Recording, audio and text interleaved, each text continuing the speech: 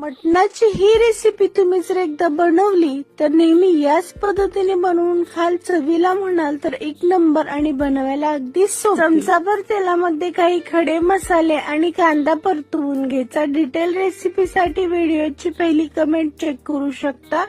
आता स्वच्छ धुतलेलं मटण, लसूण आले पेस्ट, हळद, मीठ आणि गरम पाणी टाकून परतवून घ्यायचं आणि कुकरचं झाकण लावून जवळजवळ 4 ते 5 शिट्ट्या करून घ्यायच्या आहेत.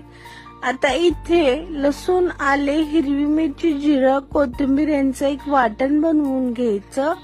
मटण देखील इथं व्यवस्थित शिजलेलं आहे. आता स्टॉक वेगळं आणि मटण वेगळं करून घ्यायचं. मटणाला तेलामध्ये 5 मिनिटे फ्राय करून घ्यायचं. असा कलर आला की यामध्ये बनवलेलं हिरवं वाटण टाकून घ्यायचं आणि परतवून घ्यायचं. आता बारीक चिरलेली मेथी, मीठ, गरम मसाला पावडर टाकून छान मिक्स करून घ्यायचं.